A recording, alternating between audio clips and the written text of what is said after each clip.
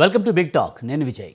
Operation Sindoor అంటూ ఉగ్రముఖ స్థావరాలపై మెరుపు దాడులు చేసిన భారత్ ఇప్పుడు దాయాదుని పూర్తి స్థాయిలో కోలుకొనివ్వకుండా చేసే వ్యూహాలు రచిస్తుంది. ఇప్పటికీ ఆసియా అభివృద్ధి బ్యాంకు, ఇంటర్నేషనల్ మానిటరీ ఫండ్ను దాయాదికి దక్కకుండా చూసే విధంగా వ్యూహాత్మకంగా పావులు కదుపుతుంది భారత్. అయితే ఇంతటితో అయిపోలేదని పాకిస్తాన్ చూడాల్సింది చాలా ఉందని చెబుతున్నారు ఆర్మీకి చెందిన మాజీలు. ఈ నేపథ్యంలో భారత్ తదుపరి వ్యూహాలు, అడుగులు ఎలా ఉండబోతున్నాయి, దాయాది పాకిస్తాన్ ఎత్తులు ఎలా ఉండే అవకాశం ఉందన్న అంశం దానిపై ఇవాటి బిగ్ టాక్లో చర్చిద్దాం. మనతో పాటు మాట్లాడేందుకు శ్యామ్ గారు, రిటైర్డ్ కర్నల్, అలాగే త్వరగా శ్రీరామ్ గారు విశ్లేషకులు మనతో ఉన్నారు. వారితో మాట్లాడదాం. ముందుగా శ్యామ్ గారు నమస్తే అండి. సార్, ఆపరేషన్ సింధూర్ పేరుతో పాకిస్తాన్ ఉగ్రవాదులను భారత్ సరైన గుణపాఠం చెప్పింది అనుకోవచ్చా అని అనుకోవాలి కదండి. అంటే ఇన్ సెన్స్ మనం ఉగ్రవాదంకి వ్యతిరేకంగా ఎప్పటి నుంచో మనం పనిచేస్తున్నాం. ఇది ఇట్లా జరుగుతుందని ఎవరు అనుకోలేదు. పహల్గామ్లో వాళ్ళు అంతా శాంతిగా హాయిగా ఉన్న సమయంలో వాళ్ళు వచ్చి మన మన పౌరుల మీద దాడి చేసి వాళ్ళని చంపేయడం జరిగింది. దానికి మనం ప్రతీకారం తీర్చుకున్నాం.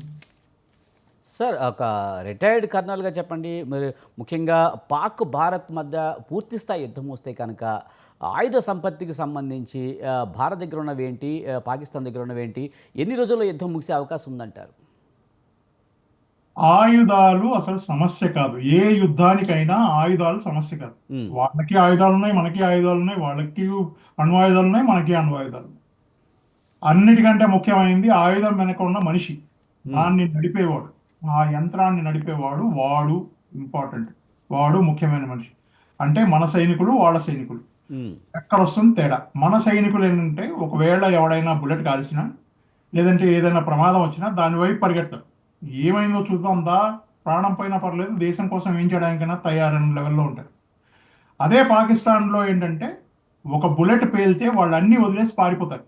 ఎందుకంటే మనం అనాదిగా చూస్తున్నాం, ఎన్ని యుద్ధాల్లోనూ చూసినా, 1999 కార్గిల్ లేటెస్ట్గా చూసినా, వాళ్ళ సైనికులు వాళ్ళ దేశం కోసం పోరాడి చనిపోయిన తర్వాత కూడా మన వాళ్ళ శరీరాలు దొరికిన తర్వాత వాళ్ళ బాడీస్ మనం వెనక్కి ఇస్తుంటే కూడా ఆ ప్రభుత్వం తీసుకోలేదు వాళ్ళు. అందుకని ఇప్పుడు వాళ్ళ సైన్యంలో కూడా ఒక రకమైన జుగుప్స, ఒక రకమైన బాధ ఉంటుంది. అంటే మనం ఇంత కష్టపడి ఈ దేశం కోసం కొట్లాడుతున్నా, రేపు పొద్దున్న నాకేమన్నా అయితే వీళ్ళు ఎవరు నిలబడరు, దానివల్ల లాభమే ఉంది నాకు అన్ని ఒక రకమైన భావన. అది ఇప్పుడే కాదు, ఎప్పటి నుంచో ఉంది. అందుకని కొట్లాడరు, మొదటి విషయం. రెండో విషయం, వాళ్ళకి ఒక రకమైన భయం. వాళ్ళకి తెలుసు భారత సైనికుడు ప్రపంచంలోనే ధీటుగా కొట్లాడగలిగిన సైనికుడని. అందుకని జనరల్గా మనతో ఎప్పుడు గొడవకి రారు, ఎదురుగా గొడవకి రారు. ఇట్లా దొంగచాటుగా వచ్చి కాల్ చేసి వెళ్ళిపోతుంటాడు. వీళ్ళనే ఉగ్రవాదులు అంటాం. కాబట్టి వాళ్ళు మనతో పాటు నిలబడి కొట్లాడగలిగే దమ్ము, సత్తా రెండూ లేవు. మనం వాళ్ళతో సమతుల్యం, అంటే మనం వాళ్ళతో కంపేర్ చేసుకోవడం కూడా మూర్ఖత్వం. వాళ్ళు మనకి ఏ రకంగానూ కంపారబుల్ కారు, ఏ రకంగానూ మన సమవుజ్జీలు కారు. వాళ్లకున్న ఆయుధాలు, నా తరఫున వాళ్ళు ఇంకా కొన్ని వందల వేల ఆయుధాలు ఉన్నా కూడా వాటిని నడిపే మనిషి, దాని వెనకాలను కూర్చుని నడిపే మనిషి వాళ్ళ దగ్గర లేడు. కాబట్టి వాళ్ళ ఆయుధాలు ఎన్నున్నా వేస్ట్. అంటే పాకిస్తాన్కి మన సైన్యంతో పోల్చే అర్హత లేదు, ఎందుకంటే మన సైన్యం చాలా ఎక్కువగా ఉంటుంది. అలాగే ఆయుధ సామాగ్రి కూడా మనకున్నంత వాళ్ళకి లేదు. ఇవన్నీ ఓకే, కానీ వాళ్ళ ప్రగల్భాలు పలుకుతున్నారు కదా, మా దగ్గర అణుబాంబులు ఉన్నాయి, మేము ఏదన్నా చేస్తామని ఒక బెదిరింపు ధోరణి అయితే కనిపిస్తుంది కదా. ఇప్పుడు ప్రతి చోట మనం ఇదే చూస్తామండి. ఇప్పుడు మనము పిల్లిని ఒక గదిలో పెట్టి దాన్ని కొడతా ఉంటే అది చివరిదాకా వెళ్ళి అరుస్తుంది. అది ఏ రకంగా అరుస్తుంది అంటే, రేపు పొద్దున్న నేను నిన్ను కరుస్తాను, లేదా నేను పులిని, చిన్న రకంగా ఉన్న పులిని నేను అన్న లెవెల్లో అది అరుస్తుంది. వీళ్ళు చేస్తుంది అంతే. దీన్నే మేకపోతు గాంభీర్యం అంటారు మనం తెలుగులో. కాబట్టి వాళ్ళు అరుస్తారు, అది వాళ్ళ నైజం, అది వాళ్ళ అరవాలి. అట్లా కూడా వాళ్ళు అరవకపోతే వాళ్ళ ప్రజలకి వాళ్ళ ప్రభుత్వం మీదే నమ్మకం కోల్పోతుంది. తర్వాత ఆ దేశం ముక్కలుగా అయిపోతుంది. ఇప్పటికే అందరూ అనుకుంటుంది ఏంటంటే పాకిస్తాన్ 3, 4 ముక్కల్లాగా మిగిలిపోతుంది ఇప్పుడు దీని తర్వాత అని ఒక ఊహాగానం నడుస్తోంది. అది చాలా మటుకు అది నిజమయ్యే సూచనలు కూడా కనిపిస్తుంది. రైట్. త్వరగా శ్రీరామ్ గారు విశ్లేషకులు ఉన్నారు, మనతో ఆయనతో మాట్లాడదాం. శ్రీరామ్ గారు నమస్తే అండి. సార్, ఆపరేషన్ సింధూర్ని మీరు ఎలా చూస్తారు? ముఖ్యంగా పెహల్గాం దాడి తర్వాత భారతీయులందరూ ఒక రకమైన పాకిస్తాన్పై ప్రతీకారంతో రగిలిపోతున్న పరిస్థితుల్లో ఇప్పుడు ఆపరేషన్ సింధూర్ పేరుతో పాకిస్తాన్ ఉగ్రవాదుల శిబిరాలను అయితే నాశనం చేశారు. ఎలా చూడాలి? అంటే ఇది యాక్చువల్గా ఇది నేను అనుకుంటున్నాను, ఇది శాంపుల్ మాత్రమే అనుకుంటున్నా. ఉమ్, ఎందుకంటే పూర్తి స్థాయిలో కొన్ని వేల మంది అక్కడ తీవ్రవాదులు ఉన్నారు. మనం మామూలుగా అఫీషియల్ గా చెప్తున్న లెక్కలైతే 90 మంది ఉన్నారు. అయితే ఇంకొక 10 మంది 20 మంది ఏదో 100 150 మంది చనిపోయారు అనుకోండి. కానీ కొన్ని వేల మంది ఉన్నారు. మనకి శత్రువు పాకిస్తాన్ కన్నా కూడా పాకిస్తాన్ లో ఉన్న మిలిటెంట్స్ మనకి వాళ్ళ టెర్రరిస్టులు ఎవరైతే ఉన్నారో టెర్రరిస్టులు మనకి శత్రువులు. అవును. సో అన్ని వేల మందిని మనం చూస్తూ కూర్చుంటే వాళ్ళు ఒకళ్ళ తర్వాత ఒకళ్ళు వస్తూనే ఉంటారు. సో దీనికి ఏదో ఒక రోజు పరిష్కారం అనేది మనం కనుక్కోవాలి. ఆ పరిష్కారం కనుక్కునే దిశగా ఇప్పుడు కేంద్ర ప్రభుత్వం చాలా తీవ్రమైన అడుగులేస్తుంది. ఇప్పుడు ఈ ఇప్పుడు మనం ఏదైనా సర్జికల్ స్ట్రైక్ అందాం, దీన్ని ఏమందాం, దీన్ని ఏదన్నా పేరు పెట్టండి, కానీ సింధూర్ పేరు పెట్టాం. ఆ సింధూర్ పేరు పెట్టడానికి కూడా చాలా కీలకమైన కారణం ఉంది. ఎవరైతే మహిళలని వాళ్ళ ముందే భార్యల ముందే భర్తల జిప్పులు తీసి వీళ్ళు హిందువులా లేదంటే ముస్లింలా అని విడదీసి హిందువుల్ని వేరుగా చేసి చంపారో, వాళ్ళ యొక్క నుదిటిలో ఉన్న సింధూరాన్ని పోగొట్టారో వాళ్ళ ప్రతీకారాన్ని ఈరోజు మోడీ గారు తీర్చుకున్నారు. ఎందుకంటే వాళ్ళు అబలలు వాళ్ళు ఏం చేయలేరు. వాళ్ళకి ప్రత్యేకించి అక్కడ టెర్రరిస్టులు చెప్పి మళ్ళీ వెళ్ళారు. నన్ను కూడా చంపేయమంది ఒక ఆవిడ నన్ను కూడా చంపి మా ఆయన చంపేసావు, నన్ను మా అబ్బాయిని కూడా చంపేయమంటే నేను మిమ్మల్ని చంపను, వెళ్ళి మోడీ గారికి చెప్పుకోండి అని చెప్పాడు. ఆ మోడీ గారికి చెప్పుకున్నది మోడీ గారు విన్నాడు, ప్రపంచం అంతా విన్నది, మన దేశం మొత్తం విన్నది. సో వాళ్ళ తరపున అబలలు ఎవరైతే ఉన్నారో, భర్తలను కోల్పోయిన అబలలు, మృత్యునున్న సింధూరాన్ని కోల్పోయిన అబలలు ఎవరైతే ఉన్నారో ఆ గృహిణులు, భారతీయ హిందూ గృహిణుల ప్రతీకారాన్ని ఈ రోజు మన దేశం తెచ్చుకుంటోంది. ఇది శాంపుల్ మాత్రమే. ఎందుకంటే ఇప్పుడు పోయింది 100 మంది అయితే ఇంకా కొన్ని వేల మంది అక్కడ ఉన్నారు. వాళ్ళందరినీ తుదముట్టించేదాకా మన యుద్ధం కొనసాగవలసిందే. అది ఒక రోజు చేస్తామా, 2 రోజులు చేస్తామా, సంవత్సరాల తరబడి చేస్తామా, ఇది కంటిన్యూస్ ప్రాసెస్.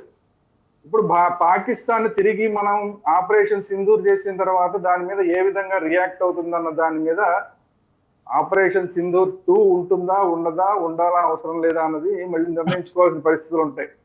ఉమ్, సో ఇప్పటికే అమెరికా చెప్పింది, నోరు మూసుకు కూర్చోండి, మీరు చేసిన ఆరోపణకి ఇప్పుడు భారతదేశం వచ్చి వాళ్ళు ప్రతీకారం తీసుకున్నారు, దాంట్లో అవును. తప్పే ఉంది, అమెరికా కూడా టెర్రరిస్టుల మీద సపోర్ట్ అటాక్. చేసింది. ఆత్మరక్షణ కోసం భారత్ దాడి చేసే హక్కు ఉందంటూ కూడా అమెరికా విదేశాంగ మంత్రి చెప్పడం జరిగింది.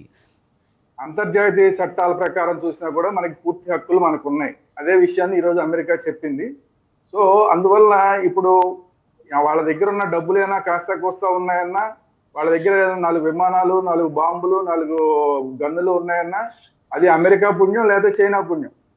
సో ఇందులో అమెరికా వాడు నోరు మూసి కూర్చోమన్నాడు, చైనా వాడేమో మా 4 రోజుల నుంచి మా ఏం మాట్లాడట్లేదు. ఏదో స్టార్టింగ్ లో మేము సపోర్ట్ చేస్తాం అన్నాడు, కానీ 4-5 రోజులు బట్టి అక్కడ వాయిసే లేదు. ఉమ్. సో ఇవాళ ఈ చైనా కూడా ఆపరేషన్ చెప్తుంది సింధూర్ మేము జరిగింది. ఉగ్రవాదానికి వ్యతిరేకం, మేము ఉగ్రవాద దాడుల్ని సహించమని వాళ్ళు కూడా చెప్తున్నారు కదా. ఆ విషయం పాకిస్తాన్ కూడా చెప్తుంది. నిన్ననే ఒక అంతర్జాతీయ సమావేశం జరిగితే పాకిస్తాన్ కూడా తరగా చెప్పింది, మేము ఉగ్రవాదానికి వ్యతిరేకమని పాకిస్తాన్ కూడా చెప్పింది. ఈ మాటల కన్నా కూడా ప్రాక్టికాలిటీలో ఏం చేస్తున్నారు అనేది ఇంపార్టెంట్. సో ఇవాళ ఆపరేషన్ సింధూర్ జరిగిన తర్వాత ప్రపంచవ్యాప్తంగా వచ్చిన రియాక్షన్స్ ఎలా ఉన్నాయని చాలా ఇంపార్టెంట్. సో అందరూ నోరు మూసుకుని ఊరుకోండి అని చెప్పి కొంతమంది చెప్పిన వాళ్ళు చెప్పారు, మిగతా వాళ్ళందరూ వాళ్లే నోరు మూసుకుని ఊరుకున్నారు, ఈవెన్ చైనాతో సహా. అంటే పూర్తి స్థాయిలో పాకిస్తాన్ ఏకాకి అయిపోయింది. ఉమ్, ఇప్పుడు ఇలాంటి పరిస్థితుల్లో వాళ్ళు మళ్ళీ మన మీద యుద్ధానికి ట్రై చేస్తారా? ట్రై చేస్తే అంతర్జాతీయ స్థాయిలో వాళ్ళ పరిస్థితి ఏంటి? ఎందుకంటే ఇప్పుడు మనం ఏదో అందరూ మాట్లాడుతున్నారు అణుయుద్ధం, అణుబాంబు ఉంది వాళ్ళ దగ్గర, 130 అణుబాంబులు ఉన్నాయి. 130 కాదండి, ఒక్క అణుబాంబు ఉన్నా కూడా డేంజరే. కానీ ఎన్ని అణుబాంబులు ఉన్నా కూడా ఒక్క అణుబాంబు కూడా ఏ దేశం వేయలేదు ఇప్పుడున్న పరిస్థితుల్లో. అమెరికా వాళ్ళు వేయలేరు, రష్యా వాళ్ళు వేయలేరు, ఎవ్వరు వేయలేరు. అలా వేస్తే ప్రపంచం అంతా చూస్తూ ఊరుకోదు. ప్రపంచం అంతా అది ఏ దేశం అయితే అణుబాంబు వేయడానికి రెడీ అయిందో ఆ దేశాన్ని తుదముట్టించడానికి మొత్తం ప్రపంచం అంతా ఏకమవుతుంది ఇవాళ ఉన్న పరిస్థితుల్లో. అవును. అందువల్ల అది ఏదైనా అణుబాంబు వేయాలంటే ఆ దేశం మాత్రమే కాదు, చుట్టుపక్కల దేశాలు కూడా నాశనం అవుతాయి.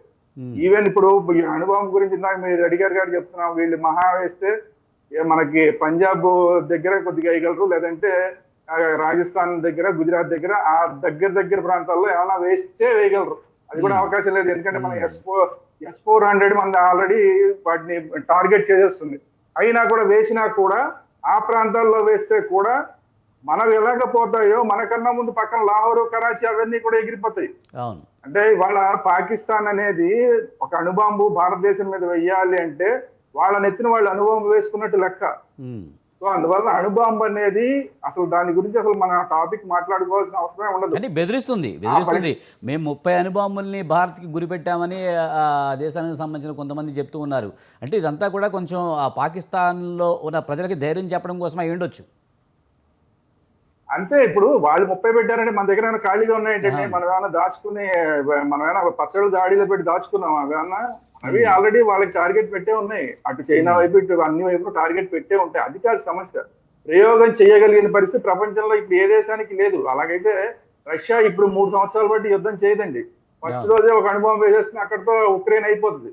రష్యా ప్రకటించింది కూడా, ఏ దేశం శ్రీరామ్ గారు, రష్యా కూడా మేము ఉక్రెయిన్పై అనుయుద్ధం చేస్తానికి కూడా సిద్ధమే అని రష్యా అధ్యక్షులే చెప్పారు, కానీ చేయలేదు. చెయ్యనండి, అది మాటల వరకే. ఇప్పుడు రష్యా మీద, ఇప్పుడు రష్యా కూడా అదే పరిస్థితి. ఉక్రెయిన్ కూడా నిన్నటి దాకా రష్యాలో ఉన్నదే. ఇప్పుడు ఉక్రెయిన్ మీద వేశారనుకోండి, ఉక్రెయిన్ బోర్డర్ లో ఉన్న రష్యా ప్రాంతాలు కూడా సగం నాశనం అవుతాయి. అవును. అందువల్ల ఎవరు ఏ దేశం వేయదు ఇప్పుడు. వెయ్యడం అనేది అబ్సల్యూట్లీ నో ఛాన్స్ అండి అది. అందువల్ల ఏంటంటే ఊరికే బెదిరించడానికి మాటలే తప్ప అంతకు మించి అణు యుద్ధాన్ని గురించి అసలు పెద్దగా మాట్లాడుకోవాల్సిన పని లేదు. కాకపోతే వీళ్ళు ఎన్ని రోజులు యుద్ధం చేయగలరు? నిజంగా కనుక యుద్ధం చేస్తే వీళ్ళకి కావాల్సింది ఏంటంటే, యుద్ధం అంటూ జరిగితే ఏదో ఒక దేశం మనకి సపోర్ట్ వస్తుంది. ఇప్పుడున్న పాకిస్తాన్ ఉన్న పరిస్థితుల్లో ఆర్థికంగా చాలా చితికిపోయింది. ఇప్పుడు IMF నిధులు అనేవి చాలా అవసరం. అది కాకుండా ఇతర దేశాల నిధులు, ఇప్పుడు ఉక్రెయిన్ చూడండి, వాళ్ళు వీళ్ళు ఆ పక్కలు ఈ పక్కలు వచ్చి అందరూ సప్లై చేస్తాం, మేము అది ఇస్తాం, మేము ఇది ఇస్తాం, ఉప్పులు ఇస్తాం, పప్పులు ఇస్తాం, ఆయుధాలు ఇస్తాం, చాలా మంది వస్తున్నారు. నాటో దేశాలు కానీ మిగతా దేశాల వాళ్ళు కానీ. అట్లా ఎవడన్నా వస్తాడేమో, అట్లా వస్తే ఆ డబ్బులతోటి మనం కొన్నాళ్ళు సర్వైవ్ అవ్వచ్చు అని చూస్తోంది పాకిస్తాన్. దానికోసం యుద్ధానికి దిగుతోంది. అంతకు మించి ఈ రోజున్న పాకిస్తాన్ పరిస్థితుల్లో యుద్ధం 3 రోజులు చేస్తే కూడా చాలా కష్టం. సో అందువల్ల ఏంటంటే వాళ్ళ పరిస్థితులు వేరు, వాళ్ళ పద్ధతులు వేరు. కానీ ఇందాక మన మిత్రులు చెప్పినట్టు మన వాళ్ళేమో యుద్ధం చేయడానికి చాలా సుశిక్షితులై ఉన్న సైనికులు మన వాళ్ళు. వీళ్ళేమో జీతం కోసం పనిచేసేవాళ్ళు. జీతాలు కూడా ఇవ్వట్లేదు, చాలా రోజుల నుంచి జీతాలు కూడా రావట్లేదు అనేది పాకిస్తాన్ లో ఎప్పటి నుంచో వినిపిస్తున్న మాట. అది కాకుండా ఇప్పుడు లేటెస్ట్ గా సైనిక దళాలకు సంబంధించిన వాళ్ళు, అవకాశం ఉన్న వాళ్ళందరూ మన జీతాలు తీసుకోగానే, మన నెల జీతాలు పడంగానే మేము రాజీనామా చేస్తామని చాలా మంది చెప్తున్నారు అంటున్నారు.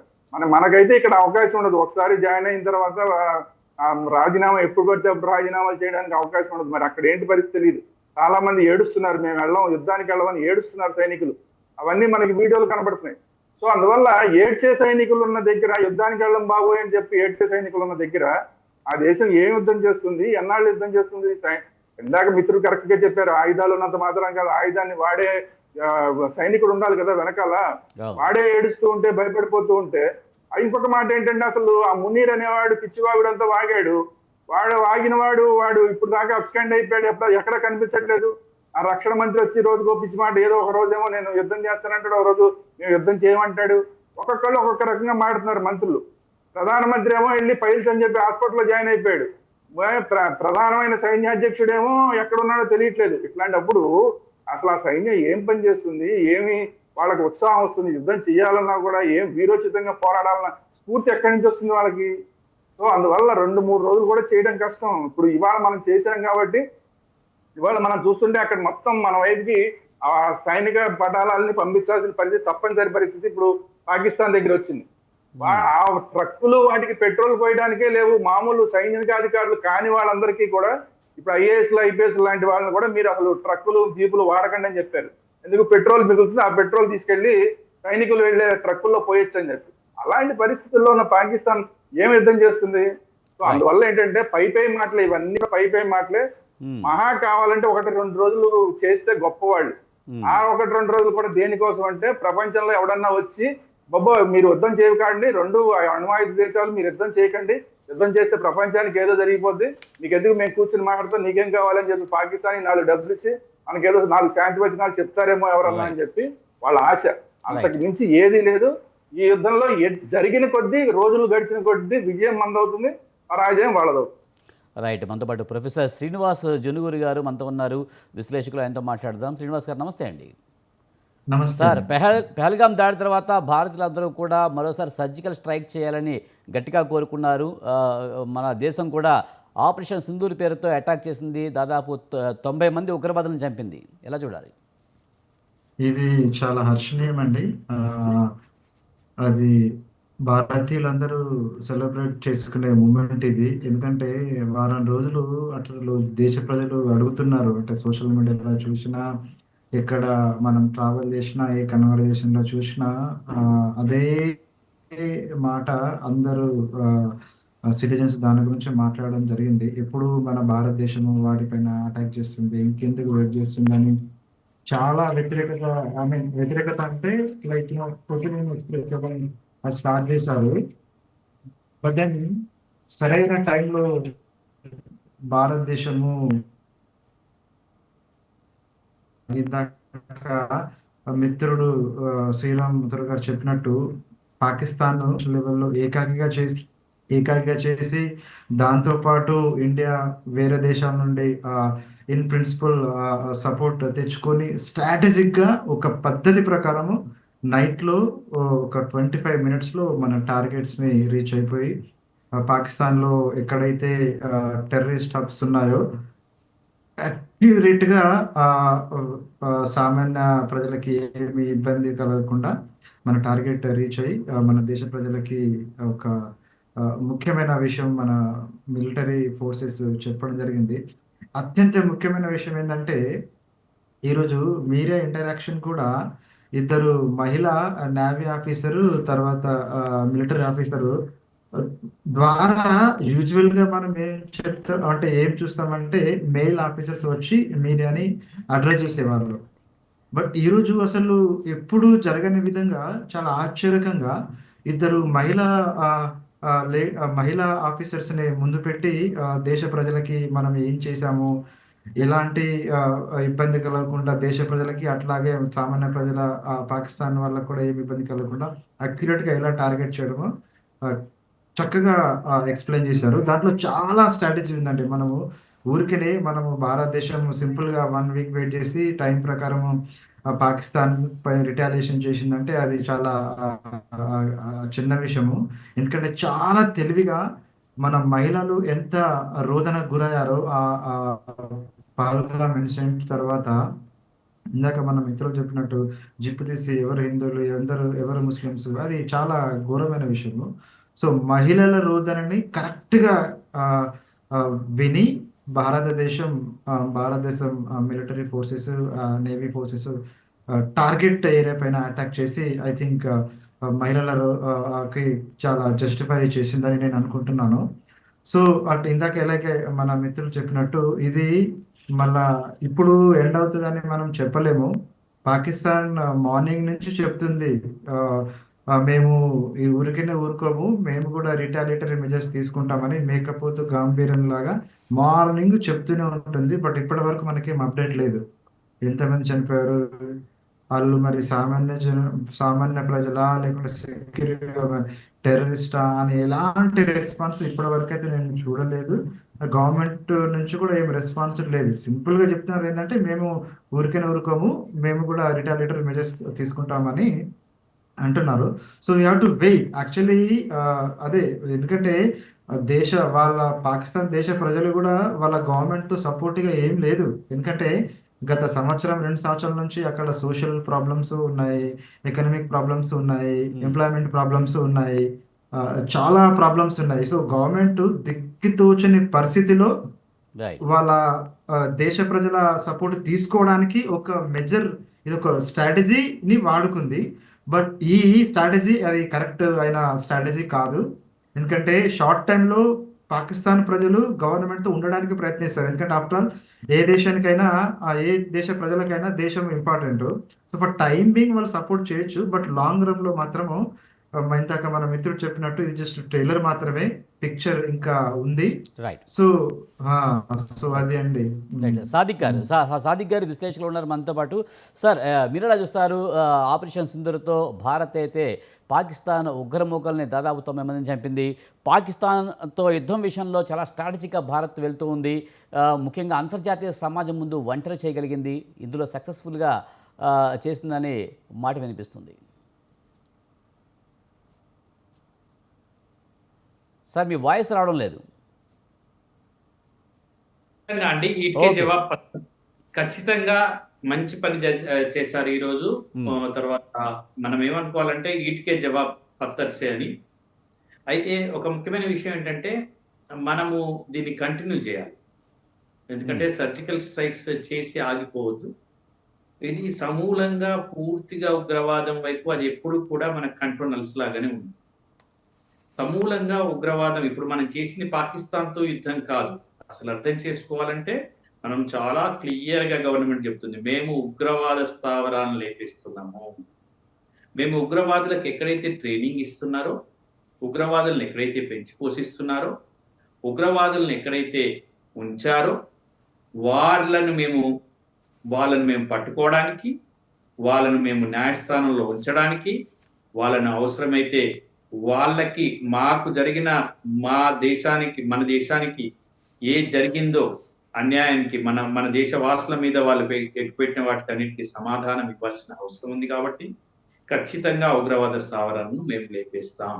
ఉగ్రవాద స్థావరాలను మేము ఉంచము అనేది భారతదేశం యొక్క నినాదం. ఇది ప్రపంచానికంతా కూడా వినిపించాలి కూడా. అయితే ఇప్పుడు ఇక్కడ మనం ఏం చేస్తున్నాం, మనం ఉగ్రవాదులకు వ్యతిరేకంగా ప్రపంచవ్యాప్తంగా ఉన్న ఉగ్రవాదానికి వ్యతిరేకంగా మనం ప్రయత్నం చేస్తున్నాం. ప్రపంచ దేశాలన్నీ కూడా తప్పనిసరిగా మనతో ఉండాల్సిందే, అనివార్యంగా ఉండాల్సిందే. ఎందుకంటే ఉగ్రవాదాన్ని పెంచి పోషించడం అనేది చాలా తప్పు. ఆ తప్పు చేస్తున్నటువంటి దేశాల మీద చర్యలు తీసుకోవాలని యునైటెడ్ నేషన్స్ చెప్తుంది అనే విషయాన్ని మన వాళ్ళు చాలా చక్కగా ఉటంకించారు. ఈరోజు యునైటెడ్ నేషన్స్ వాళ్ళు చెప్తున్నటువంటి విషయాలను కూడా మనం పరిగణలోకి తీసుకున్నాం. కాబట్టి ప్రపంచ దేశాలు ఏవి కూడా మనకి వేలు పెట్టలేకుండా, మన వైపు వేరెత్తి చూపకుండా మనం ఒక మంచి నిర్ణయాన్ని తీసుకొని ఉగ్రవాద స్థావరాలను టార్గెట్ చేస్తాం. ముందు ఉగ్రవాద స్థావరాలను టార్గెట్ చేసేసి ఆ ఉగ్రవాద స్థావరాలు ఏవైతే ఉన్నాయో, ఎక్కడైతే పెంచి పోషిస్తున్నారో, ఎక్కడైతే మన దేశానికి వ్యతిరేకంగా ఉగ్రవాదులను తయారు చేస్తున్నారో వాళ్ళందరినీ మట్టు పెట్టడం అనేది ఏకైక లక్ష్యంగా ఈరోజు సాగినటువంటిది కంటిన్యూ కావాలి. ఇంకా పూర్తిగా అంటే అక్కడ నేనేమనుకోను అంటే ఇప్పుడు మనమంతా కోరుకునేది ఏంటంటే ఇది ఈ సమయంలో ఒక సంయమనం, మనమంతా కలిసి జై జవాన్ అంటూ నినదించాల్సిన అవసరం ఉంది. మనమంతా కూడా ఇప్పుడు ఇక్కడ రాజకీయాలు అవసరం లేదు, ఇక్కడ ఆలోచనలు అవసరం లేదు, ఇక్కడ వేరే విషయాలు అవసరం లేదు, ఇక్కడ వేరే మాటలు అవసరం లేదు.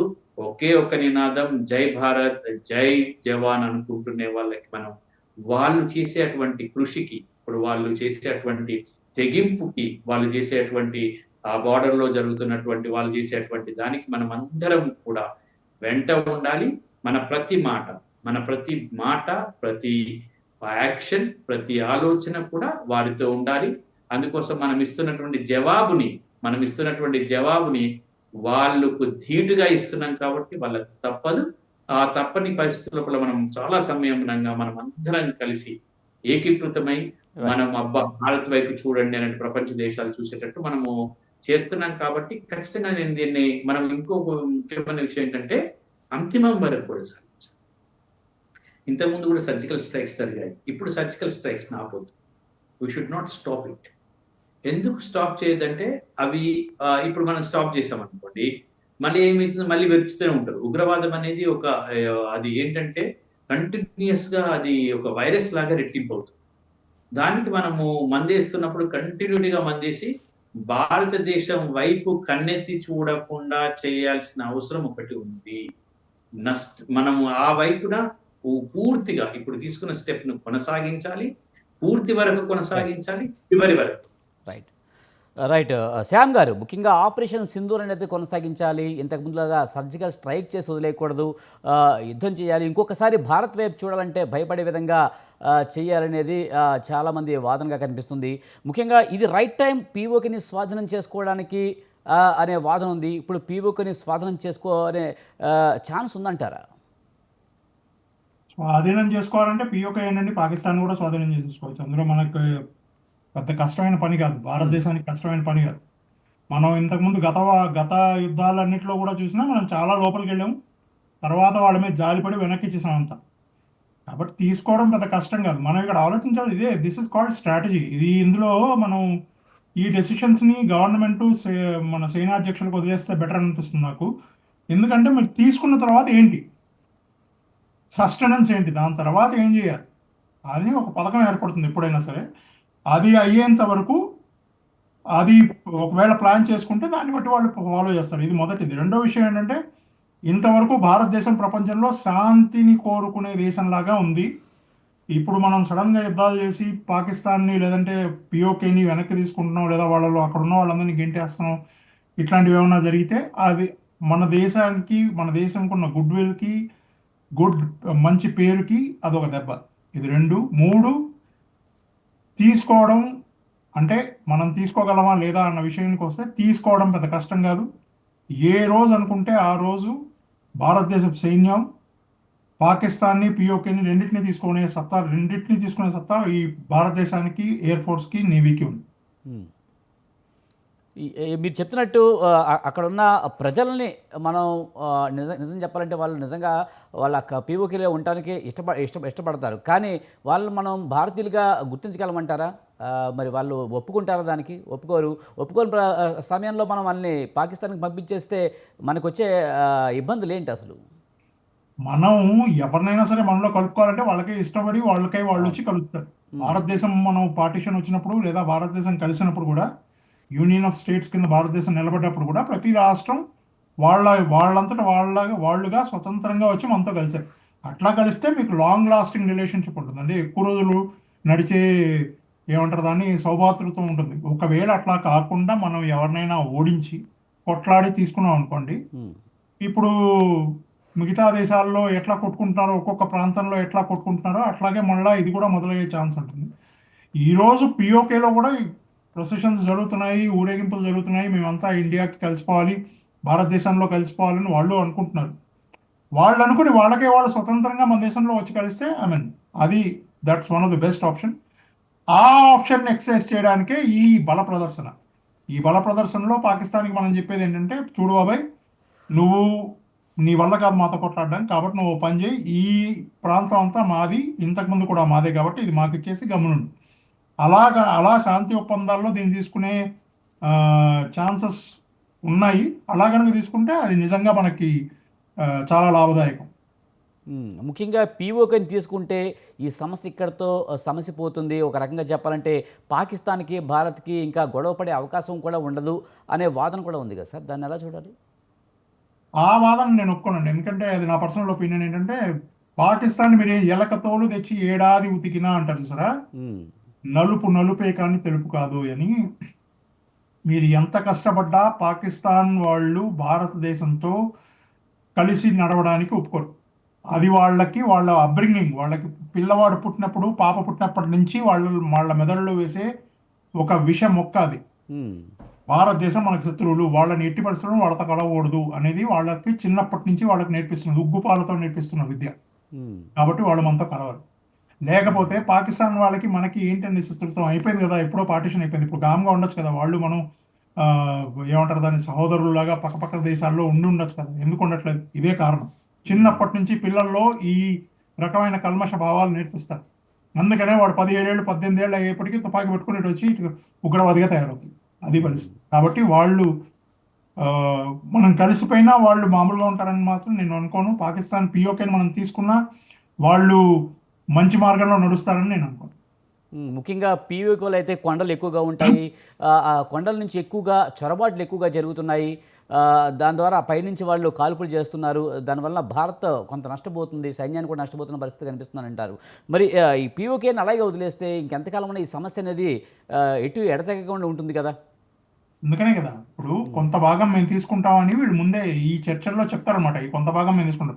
కొన్ని కొండలు, అన్నిటికంటే ఎత్తైన కొండలు, ఆ కొండ చర్యలు, ఆ రేంజెస్ మనం తీసుకుంటాం. అవి తీసుకుని మిగతా మా కొద్ది బాబు అవి మీరే పెట్టుకోండి, ఇంతవరకు మాది, మేము ఇంతవరకు ముందుకు వచ్చాం, ఇక్కడ వరకు మేము ఉంటాం అని చెప్పి వెళ్ళిపోవచ్చు. కార్గిల్ జరిగినప్పుడు కూడా ఇదే ప్లాన్లో ఉండింది, ఇట్లాగే చేయాలని అనుకున్నారు, కానీ కుదరలేదు. అంటే ముందుకు వెళ్ళలేదు, అప్పుడు ఆర్డర్స్ రాలేదు కాబట్టి వెళ్ళలేదు. లేదంటే ఏ రోజు భారత సైన్యానికి ఆర్డర్ వస్తుందో ఆ రోజు పాకిస్తాన్లో ఉన్న ఏ సిటీ, ఏ స్టేటు మన చేతులకు దూరంగా లేదు. ముఖ్యంగా భారత్ కూడా చొరబాటుదారుల్ని ఆపలేకపోతున్నారనే విమర్శలు ఉన్నాయి. ఏదో రకంగా ఎక్కడ దుక్కున ఉగ్రదాడులు జరుగుతూనే ఉన్నాయి, ఎవరో ఒకరు వస్తూనే ఉన్నారు. దానికి స్థానికంగా ఉన్న వాళ్ళు కొంతమంది, ఈ కాశ్మీరులో ఉన్న కొంతమంది వేర్పాటువాదులు ఎవరైతే ఉన్నారో వాళ్ళు సహాయం చేస్తున్నారనే విమర్శలు ఉన్నాయి. దాన్ని ఎలా ఏం చేయాలి దానికి? ఇప్పుడు ఇంత పెద్ద దేశం బార్డర్లో ఒక 5,000, 4,000, 5,000 కిలోమీటర్ల దేశ బార్డర్ అన్ని కొండల్లో, గుట్టల్లో ఉన్నప్పుడు ప్రతి మనిషిని ఒక్కొక్క ఇంచులో నిలబడడానికి కుదరదు. ఉమ్, సో ఎక్కడో ఒక చోట గ్యాప్ ఉంటుంది, అందులోంచి వస్తారు. అది కాకుండా ఇప్పుడు మనం పాకిస్తాన్ వాళ్ళందరినీ వెనక్కి పంపిస్తున్నప్పుడు మనకు తెలిసింది ఇక్కడ 5 లక్షల మంది, 6 లక్షల మంది పాకిస్తానీలు ఇక్కడే ఉంటున్నారు. అక్కడ పెళ్లి చేసుకుని ఇక్కడ ఉంటున్నారు. ఇక్కడ వాళ్ళు అక్కడ పెళ్లి చేసుకుంటున్నారు, అక్కడ వాళ్ళు ఇక్కడ పెళ్లి చేసుకుంటున్నారు. ఇప్పుడు అక్కడ పెళ్లి చేసుకుని ఇక్కడికి వచ్చిన వాళ్ళు శత్రు దేశానికి సంబంధించిన వాళ్ళు కారు అని మనం ఎట్లా చెప్తాం? చెప్పలేం కదా. ఉమ్, సో ఇట్లాంటి కొన్ని కొన్ని ఆ, ఏమంటారు దాన్ని, కష్టతరమైన విషయాలు ఉంటాయి. ఏవి ఇంటెలిజెన్స్ పరిధిలోకి వస్తాయి, ఇవన్నీ అవి కనుక్కోవడం, కనిపెట్టడం చాలా కష్టం. అదొక పెద్ద ప్రక్రియ, అది జరుగుతూ ఉంటుంది. ఇవి జరుగుతూ ఉన్నప్పుడు కూడా మనం ఎందుకు ఇంత తొందరగా మనం గుర్తించలేకపోతున్నాం అంటే మన దేశ జనాభా 140 కోట్ల పైన. ఉమ్, ఒక్కొక్క రాష్ట్రంలో కూడా చూసుకున్నా ఎక్కడ కోట్లకు తక్కువగా మన జనాభా లేదు. ఇంతమంది మీద విజిలెన్స్ పెట్టి ఇంతమందిని చూడాలి అంటే మనకు ఎంత ఇంటెలిజెన్స్ కావాలి, ఎంతమంది ఫోర్స్ కావాలి. అందుకని కొంచెం అప్పుడప్పుడు ఇట్లా కొంతమంది లోపలికి రావడాలు, బయటికి వెళ్ళడాలు ఇట్లాంటివి జరుగుతూ ఉంటాయి. కానీ మన దేశపు సైనికులు, మన దేశపు ఇంటెలిజెన్స్, మన దేశపు బిఎస్ఎఫ్ వీళ్ళంతా అప్రమత్తతతో ఎప్పుడూ బార్డర్లలో ఉండడం మూలానే ఒక 3, 4, 5, 10 మంది వస్తున్నారు. లేదంటే పాకిస్తాన్ వైపు నిలబడ్డ వాళ్ళు 10,000, 20,000 మంది ఎప్పుడూ రావడానికి రెడీగా ఉంటారు. అందులో వాళ్ళు ఒక 10 మందో 20 మందో ఎప్పుడైనా ఇటు వచ్చే ఛాన్సెస్ ఉంటాయి. అది వస్తారు, ఎందుకంటే వాళ్ళ చుట్టాలు ఎక్కడ ఉన్నారని వచ్చేస్తారు కొంతమంది. కొంతమంది అటు ఇటు చూసి ఒక 2, 3 స్ట్రాగ్లర్స్ లాగా బార్డర్ దాటి ఇటు రావచ్చు, ఆ ఛాన్స్ ఉంటుంది. రైట్. శ్రీరామ్ గారు, ముఖ్యంగా ఇప్పటికీ సింధు జలాలను ఆపితేనే వాళ్ళు గెలగెలా కొట్టుకుంటున్నారు. ఇక్కడ పూర్తి స్థాయి యుద్ధం వస్తే కనుక వాళ్ళు తట్టుకునే పరిస్థితి ఉందంటారా? అలాగే ఇప్పుడు భారత్ అయితే ఐఎంఎఫ్ నిధులు కానీ, ఏడీబీ నిధులు కానీ రాకుండా పాకిస్తాన్కి చేయగలిగితే చాలు, ఆల్మోస్ట్ దాంతో అదే మటాష్ అవుతుంది, యుద్ధం కూడా అవసరం లేదనే వాదన ఉంది. ఇప్పుడు ప్రతిదీ కూడా వ్యూహాత్మకంగా వెళ్ళాలి, వ్యూహాత్మకంగానే వెళ్తున్నారు కూడా. ఉమ్, ఎందుకంటే ఆ వ్యూహాన్ని ఇందాక మన వాళ్ళు కూడా ఎవరు మాట్లాడారు, ఆడవాళ్ళకి సంబంధించిన మనం వాళ్ళ యొక్క పగని తీర్చుకుంటున్నాం కాబట్టి మహిళలనే ముందు పెట్టారు. నేను ఇవాళ మాట్లాడేటప్పుడు కూడా ప్రెస్ కాన్ఫరెన్స్ లో భారతదేశం తరఫున మహిళల నుంచో పెట్టారు. మహిళల నుంచో పెట్టి వాళ్ళతోటి మాట్లాడించారు. రెండో విషయం ఏంటంటే, ఏదో మనం ఇస్లాం మీదో ఇంకో దాని మీదో లేదో అలా మనం ఏదో పగ తీర్చుకుంటున్నాం అనేది అలా కనబడుతుండడం, అలా కూడా ఉండకుండా ఒక మహిళా ఆఫీసరు, అది కూడా ముస్లిం మహిళా ఆఫీసర్ని పెట్టి మాట్లాడించారు. ఎంత వ్యూహాత్మకంగా మనం వెళ్తున్నాం, ఇంత వ్యూహాత్మకంగా వెళ్తున్న వాళ్ళం ప్రతిదీ వ్యూహాత్మకంగా చేస్తాం. అయితే వాళ్ళ నరవణే గారు ఇంకొక మాట కూడా చెప్పారు, పిక్చర్ అవి బాకీ హై, ఇంకా అయిపోలేదురా బాబు అని. ఇందాక నేను చెప్పాను కదా, ఏదో 100 మందిని చంపేసినంత మాత్రాన అయిపోయినట్టు కాదు. ఇంకా ఆఫీస్ అయ్యి బతికే ఉన్నాడు. ఇంకా కొన్ని వేల మంది అక్కడ ఇలా తర్ఫీదైన వాళ్ళు బోల్డ్ మంది ఉన్నారు. ఆ మొత్తం నెట్వర్క్ అంతా కూడా మనం తొదముట్టించాలి అంటే ఖచ్చితంగా ఇందాక మీరు ఎత్తిన ఒక టాపిక్ ఏదైతే ఉందో, కొండలు గుట్టలు హైట్లు అన్ని కూడా అటువైపు ఎక్కువ ఉన్నాయి. పిఓకేలో హైట్స్ ఎక్కువ ఉన్నాయి. సో వాటిని మనం స్వాధీనం చేసుకోవాల్సిన అవసరం ఉంది. ఆ వ్యూహాత్మకంగా తీసుకోవడం కోసం ఖచ్చితంగా పిఓకేని తీసుకోవాల్సిన అవసరం ఉంది. ఎప్పుడైనా అవకాశం దొరికితే ఖచ్చితంగా పిఓకేని తీసుకుంటారు, అందులో రెండో మాట లేదు. అక్కడ ఉన్న వాళ్ళని ఏం చేస్తారు అంటే వాళ్ళు ఖచ్చితంగా పాకిస్తాన్ పంపించేస్తారు, కానీ ఇక్కడైతే ఉండనివ్వరు. ఎందుకంటే ఇప్పటికి మన దేశంలో ఉన్న తలకాయ నొప్పులే చాలు, ఇంక మళ్ళీ కొత్తగా కొంతమంది కొన్ని వేల మంది, లక్షల మందిని మళ్ళీ ఇంకో తలకాయ నొప్పి తెచ్చుకోవాల్సిన అంత అవసరం భారతదేశానికి లేదు. అందువల్ల భారతదేశంలో మీ అంతటి మీరు కలవాలి, ఉండాలి అనుకుంటే, పీస్ఫుల్ గా ఉండాలనుకుంటే ఉండండి, లేదంటే పాకిస్తాన్ వెళ్ళిపోండి అని చెప్తారు. ఖచ్చితంగా ఇప్పుడు హైట్స్ ఏవైతే ఉన్నాయి, గతంలో ఇప్పుడు ఇందాక మిత్రులు కూడా చెప్పారు, అప్పుడు మనం అన్ని రోజులు కార్గిల్ వార్ జరగడానికి కానీ తీవ్రమైన నష్టం జరిగింది భారతదేశానికి. కార్గిల్ వార్ విషయంలో వ్యూహాత్మకంగా అనేకమైన తప్పులు జరిగినాయి. ఇప్పుడు మనం అవన్నీ చర్చించాల్సిన అవసరం లేదు, కానీ వ్యూహాత్మకంగా అన్ని తప్పులు ఎందుకు జరిగినాయంటే హైట్స్ అటువైపు ఉండటం వల్ల, వాళ్ళు మనకన్నా ముందే వచ్చేసి హైట్స్ మీద ఉండటం వల్ల చాలా దెబ్బతిన్నాం మనం సైనిక పరంగా. సో అలాంటి అడ్వాంటేజ్ ని ఇంకోసారి ఎప్పుడూ పాకిస్తాన్కి ఇవ్వకూడదు. అంటే ఆ ప్రాంతం ఉన్న ఏరియా అంతా కూడా పిఓకేలోనే, ఆ పిఓకేని అంతా ఖచ్చితంగా తీసుకోవాల్సిన అవసరం అయితే ఖచ్చితంగా ఉంది. మనకి వ్యూహాత్మకంగా కూడా పిఓకే చాలా అవసరం. పంజాబ్ లాంటి మైదాన ప్రాంతాలతో పెద్ద సమస్య లేదు. ఏ రోజంటే ఆ రోజు వెళ్ళి మనం ట్రక్కుల్లో కూడా వెళ్ళిపోయి అందరినీ కొట్టేయగలం. ఇలాగ ఈ కొండలు గుట్టలు ఉన్న దగ్గర అయితే చాలా కష్టం. అది మామూలు చిన్న కొండల గుట్టలు కదా, హిమాలయాలు అవన్నీ. సో అందువల్ల వ్యూహాత్మకంగా మనకి చాలా అవసరం పిఓకే. అక్కడ ఉన్న మనుషులను ఏం చేస్తాం, వాళ్ళని ఎలా మార్చుకుంటాం అవన్నీ తర్వాత విషయం. కానీ పిఓకే వ్యూహాత్మకంగా భారతదేశానికి చాలా అవసరం. అది కాకుండా చైనాని ఆపాలంటే కూడా మనకి పిఓకే చాలా అవసరం. చైనా అటు పాకిస్తాన్ వైపుకి వెళ్లకుండా ఉండాలన్నా కూడా వ్యూహాత్మకంగా మనకి పిఓకే అనేది చాలా అవసరం. సో ఇందువల్ల ఇవన్నిటి దృష్ట్యా కూడా పిఓకేని ఏ మాత్రం అవకాశం ఉన్నా సరే పిఓకేని తీసుకోవడానికే ట్రై చేస్తారు. ఉమ్, సో మిగతా విషయాలు అంటారా, ఈ పాకిస్తాన్ కి సంబంధించిన వాళ్ళు ఎన్ని రోజులు చేయగలరు ఇవన్నీ కూడా ఇప్పుడు మనం ఆల్రెడీ మాట్లాడుకున్నాం. సో అందువల్ల పాకిస్తాన్ ఏదో యుద్ధం చేయగలుగుతుంది అనేది ప్రపంచంలో ఎవరు అనుకోరు. ఏదన్నా వాళ్ళకి వేరే దేశం సహాయంగా వస్తే ఏంటి అనేదే పరిస్థితి. ఆ వచ్చింది ఆల్రెడీ ఒక దేశం ఆల్రెడీ ఇప్పటికే ఒక షిప్ ని పంపించింది. ఆ దేశానికి మనం కరోనా టైంలో వాళ్ళందరూ చచ్చిపోతారేమో అని చెప్పి వాళ్ళందరికీ కూడా మనం మెడిసిన్స్ పంపించాం, కరోనాకి సంబంధించిన మెడిసిన్స్. వాళ్ళందరూ బతికిచ్చాం మనం. కానీ వాళ్ళు ఏం చేస్తున్నారు ఇప్పుడు, విశ్వాసఘాతుకం చేస్తున్నారు. కేవలం మతం ప్రాతిపదికనే చేస్తున్నట్టు కనబడుతుంది అదంతా కూడా. సో ఈ మతం ప్రాతిపదిక అనేది మొత్తం ఫస్ట్ తీసేయడానికి అని చెప్పి ఈ రోజు వ్యూహాత్మకంగా ఒక మహిళా ఆఫీసర్ని అక్కడ పెట్టింది. సో మతం ప్రాతిపదిక అనేది ఇప్పుడు జరుగుతున్న ఈ యుద్ధం అంటామా, ఈ మనం సర్జికల్ స్ట్రైక్స్ అంటామా, దీంట్లో మనం ఆ మతం అనే ప్రాతిపదికని పక్కన పెట్టడానికి కోసం అంతర్జాతీయ స్థాయిలో పక్కన పెట్టడానికి. But at the same time ఎవరైతే హిందువులని జిప్పులు విప్పి మీరు హిందువులు అని చెప్పి చంపారో వాళ్ళ మీద ఖచ్చితంగా తీవ్రమైన చర్యలు తీసుకోవడం జరుగుతుంది. మీరు మోడీ గారికి వెళ్ళి చెప్పుకోండి అని చెప్పి మరి అలా వదిలేశారు అంటే వాళ్ళని ఏ స్థాయిలో వాళ్ళ మైండ్ సెట్ ఎలా ఉందనేది మనం ఆలోచించాలి. అంటే కావాలని యుద్ధానికి పురికొల్పుతున్నారు. మీ మహిళల్ని ఇలా అంటే వదిలేసి శ్రీరామ్ గారు మోడీ నిజంగా గారికి చెప్పుకోండి. యుద్ధానికి పురుగులుతున్నారు, కవ్వింపు చర్యలు ఉన్నాయి. కానీ పాక్ దగ్గర గట్టిగా అయితే 3 రోజులకు సరిపడా ఆయుధాలు మాత్రమే ఉన్నాయని అంటున్నారు. అయినా ఏంటి ఈ ధైర్యం ఏంటి వీళ్ళకి? గెలుస్తుందన్న ధైర్యం కాదండి. ఇందాక నేను చెప్పాను, వాళ్ళకి అంతర్జాతీయ సమాజం నుంచి వాళ్ళకి ఇప్పుడు అర్జెంట్ గా వాళ్ళకి సపోర్ట్ కావాలి. ఆ సపోర్ట్ కోసం, ఆర్థికంగా సపోర్ట్ కోసం ఆల్రెడీ దివాలా ఎత్తిపోయింది. ఎంత దివాలా ఎత్తిపోయిందంటే వాళ్ళ ఇంతకు ముందు పనిచేసిన ఈ మునీర్ కన్నా ముందు పనిచేసిన బాజ్వా, ఆయన సైన్యాధ్యక్షుడు, ఆయనే చెప్పాడు, మేము మా సైనికుల్ని టీ తాగొద్దని చెప్పాము. టీ తాగితే ఇండియాకో లేదా ఇంకో దేశానికో మనం డబ్బులు ఇవ్వాల్సి వస్తుంది, ఎందుకంటే మన దగ్గర టీ రావట్లేదు, వేరే దేశానికి మనం టీని దిగుమతి చేసుకుంటున్నాం, మన టీ తాగితే డబ్బులు అయిపోతాయి, మన దగ్గర టీ తాగండి అన్నారు. ఆ సైన్యాన్ని టీ తాగొద్దని చెప్పిన వాళ్ళు ఏం యుద్ధం చేస్తారు వాళ్ళు? అందువల్ల వాళ్ళకి పెట్రోల్ లేదు, టీ లేదు, ఒక బ్రెడ్ బిస్కెట్ కొనాలన్నా కూడా బోలంత ఖరీదైపోయింది. ఆటా కోసం చూస్తున్నాం, ఆటా కోసం ఆ మహిళలందరూ కూడా రోడ్ల మీద ఎక్కడ ఫ్రీ ఆటా ఇచ్చే దగ్గరికి ఎంత కొట్టుకుంటున్నారో మనం వీడియోలు చూస్తున్నాం. సో ఆల్రెడీ దివాలా ఎత్తిపోయింది. పాకిస్తాన్ ని పరిపాలించే సత్తా ఇప్పుడు ఆ ప్రభుత్వం దగ్గర లేదు. సమస్య అది.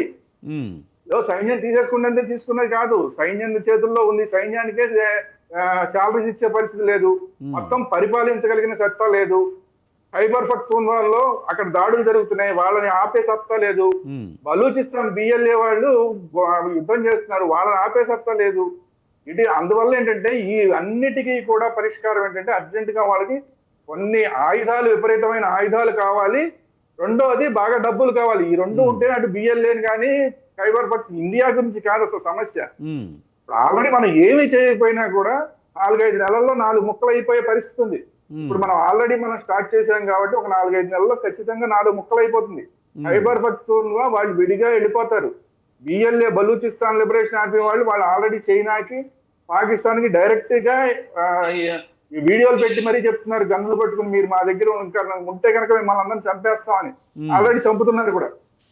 సో ఖైబర్ పఖ్తూన్వా విడిపోతుంది, బలూచిస్తాన్ విడిపోతుంది, పంజాబ్ మాత్రం మిగులుతుంది. పిఓకే అటు తిరిగి మనం ఈ విడిపోయే టైంలో మనం ఎటు తిరిగి మన పిఓకే మనం తీసేసుకుంటాం. సో మిగిలేది ఏది మిగులుతుందంటే పంజాబ్ ప్రావిన్స్ ఒకటి మిగులుతుంది. ఇప్పుడు మీరు తీసుకున్నా కూడా డబ్బులున్న వాళ్ళు, బాగా రాజకీయ నాయకులు అందరూ ఆ పంజాబ్ ప్రావిన్స్ నుంచే ఉంటారు. వాళ్ళు మిగతా వాళ్ళని అసలు మనుషులుగా చూడరు. పాకిస్తాన్ లో పెద్ద సమస్య ఏంటంటే ఇప్పుడు ఈ ఉన్న ప్రభుత్వానికి కూడా ప్రజల నుంచి సపోర్ట్ రాకపోవడానికి కారణం ఏంటంటే ఈ పంజాబ్ ప్రావిన్స్ వాళ్ళు మాత్రమే నాయకులు, లేదంటే వీళ్ళే మనుషులు అన్నట్టుగా చూస్తారు. అందుకే ఖైబర్ పఖ్తూన్వా వాళ్ళు విడిపోవడానికి రెడీ అవడం కానీ, బలూచిస్తాన్ వాళ్ళు విడిగా వెళ్ళిపోవడానికి కానీ కారణం అదే, మేము వెళ్ళిపోతామని. సో అందువల్ల వాళ్ళని ఎవరిని కూడా కంట్రోల్ చేయగలిగిన పరిస్థితి ఈ రోజు లేదు. మనం ఒక ట్రైన్ ని ఆపేశారు, ఏం చేయగలిగారండి? ఏమైనా చేయగలిగారా? వాళ్ళు మొత్తం అందరినీ చంపేశారు. ఊరికే మనకేదో బయట వాళ్ళని 10 మందిని బిఎల్ఏ వాళ్ళని మేము చంపేసాం, అంతా కంట్రోల్ తీసుకొచ్చా ఉంటారు. ఏమీ లేదు అక్కడ. మొత్తం ఆ ట్రైన్ లో ఉన్న అందరినీ చంపేశారు ఈ పాకిస్తాన్ సైనికుల్ని. అదే. కాబట్టి ఏంటంటే వాళ్ళు ఎవరిని కూడా మీ ఒక్కడి గన్ను పట్టుకొచ్చినా కూడా వాడిని ఆపే సత్తా లేదు. ఎందుకంటే యువతలో ఉన్న సైనికులు మనస్థైర్యంతో లేరు. పాకిస్తాన్ సైనికులు మనస్థైర్యంతో లేరు. మనం బిఎల్ఏని కొట్టాలి, బిఎల్ఏ వాళ్ళు మన మీద యుద్ధం చేస్తున్నారు, వాళ్ళని మనం కొట్టాలి, వాళ్ళని కంట్రోల్ చేయాలన్నది పాకిస్తాన్ సైన్యంలో వాళ్ళకి లోపల నుంచి ఇలా రావట్లా. ఉమ్. ఖైబర్ పఖ్తూన్ఖ్వా అంతే. అలాగే వాళ్ళనే ఆపిన వాళ్ళు ఇంకా ఇండియా మీదకి వచ్చి ఇండియాని ఏదో చేస్తారంటే, అందుకే నేను చెప్తున్నా ఆ వీక్ అయిపోయింది పాకిస్తాన్ ఆర్మీ, పూర్తిగా వీక్ అయిపోయింది. ఇంకొకటి పాకిస్తాన్ నాయకత్వం, సైనిక నాయకత్వం వీక్ అయిపోయింది. అందుకనే ఇప్పుడు డైరెక్ట్ గా బయటికి వచ్చి చెప్తున్నారు మేము యుద్ధం చెయ్యమని చెప్పి ఏడుస్తూ పిడబొబ్బలు పెడుతూ ఈ సైన్యాధికారులంతా కూడా మొత్తం అందరూ అవినీతి అధికారులు అని చెప్పి సైన్యమే మాట్లాడుతోంది. సైన్యంలో కొంతమంది మాట్లాడుతున్నారు. అంటే ఇంతకు ముందు అయితే ఆ పరిస్థితి ఉందా?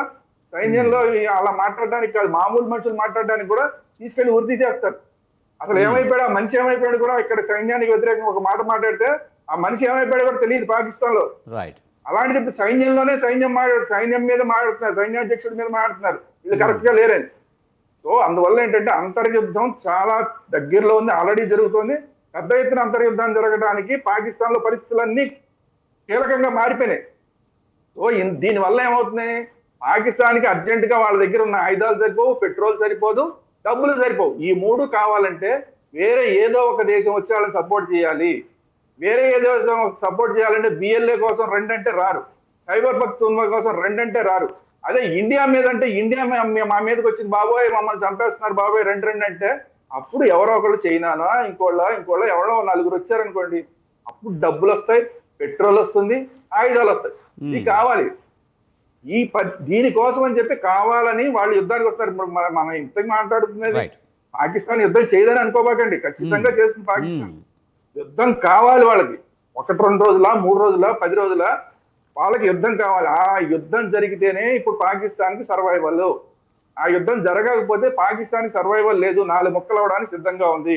ఆ 4 ముక్కలు అవ్వకుండా కాపాడుకోవడానికైనా ఇది భారత్ మీద యుద్ధం చేయాలి. భారత్ మీద యుద్ధం చేసినా ముక్కలు అవుతుంది, యుద్ధం చేయకపోయినా ముక్కలు. రైట్. శ్రీనివాస్ గారు, ముఖ్యంగా ఇప్పటికే పాకిస్తాన్ దివాలా తీసింది, ప్రపంచ దేశాలను అడుక్కుతునే పరిస్థితుల్లో ఉంది. అయినప్పటికీ కూడా వాళ్ళ వచ్చిన డబ్బుల్ని ఏమన్నా ప్రజల కోసం ఉపయోగిస్తుందంటే అది కూడా ఉపయోగించిన పరిస్థితి, కేవలం ఉగ్రవాదులకు మాత్రమే పెడుతుందనే వాదన ఉంది. దాంతోనే ఈ పీఓకేలో ఉగ్రవాదం తయారు చేస్తుందన్న వాదన ఉంది. మరి ఇప్పుడు పరిస్థితి ఏంటి? ఇప్పుడు ముఖ్యంగా అంతర్జాతీయంగా వచ్చే నిధులను ఆపగలిగితే మాత్రం పాకిస్తాన్ మరింత క్లిష్ట పరిస్థితుల్లోకి వెళ్తుందనే వాదన ఉంది. అవునండి. అంటే నేను ఇంకొంచెం ఈ పాయింట్‌ని చాలా ఎలాబొరేట్ చేసి చెప్పదలుచుకుంటున్నాను. మన శ్యామ్ గారు చెప్పినట్టు, అంటే పాకిస్తాను చిన్నప్పటి నుంచి వాళ్ళ ఎడ్యుకేషన్ సిస్టమ్‌లో, వాళ్ళ కల్చర్‌లో వాళ్ళ చిన్న పిల్లలకి బోధిస్తూ ఉంటారు. ఇండియా అంటే వాళ్ళకొక శత్రు దేశమని, ఒక ఎనిమి దేశమని బోధిస్తుంటారు. బట్ అన్‌ఫార్చునేట్‌లీ పాకిస్తాన్ పాలిసీ మేకర్స్‌కి, పొలిటీషియన్స్‌కి, ఎడ్యుకేషన్స్‌కి తెలియని విషయం ఏందంటే, మన భారతదేశంలో పాకిస్తాను ఎప్పటినుంచో ఉండేది. ఫ్రీడమ్ తర్వాత అంటే వాళ్ళకి ఇండిపెండెన్స్ వచ్చి బయటకి వెళ్ళిపోయింది. కానీ మన ఇప్పుడు బ్రిటిషు 200 ఇయర్స్ రూల్ చేసినప్పుడు శశి థరూర్ గారు తన బుక్‌లో రాశారు. Worth 46 trillion wealth of India was taken away by UK అంట. అంటే 46 ట్రిలియన్ ఇండియా సంపదని బ్రిటిష్ తీసుకెళ్ళిపోయింది. అది బ్రిటిష్ 200 ఇయర్స్‌లో ఒక 53 ట్రిలియన్ వర్త్ ఇండియన్ సంపదని తీసుకెళ్ళిపోయిందని ఈ 2 ఎవిడెన్సెస్ మనకు చెప్తుంది. బట్ అన్‌ఫార్చునేట్‌లీ ఏందంటే ఇంత మన కంట్రీని డిస్ట్రాయ్ చేషినా గానీ UK is one of the good friend of India. Pakistan మనకి కామన్ కల్చర్ ఉంది, కామన్ రిలీజియన్ ఉంది, కామన్ ట్రెడిషన్ ఉంది, కామన్ ఫుడ్ హ్యాబిట్స్, కామన్ అన్నిట్లో కామనాలిటీస్ ఉన్నాయి. బట్ ప్రాబ్లమ్ ఏందంటే వాళ్ళ పొలిటీషియన్స్‌లో, వాళ్ళ రిలీజియస్ లీడర్స్‌లో. ఎందుకంటే చిన్నప్పటి నుంచి వాళ్ళకు నూరిపోస్తారు. ఇండియా అంటే ఒక శత్రు దేశము, వాళ్ళ పైన ఎప్పుడు మనము ఎనిమిటీ ఉండాలని బోధిస్తారు.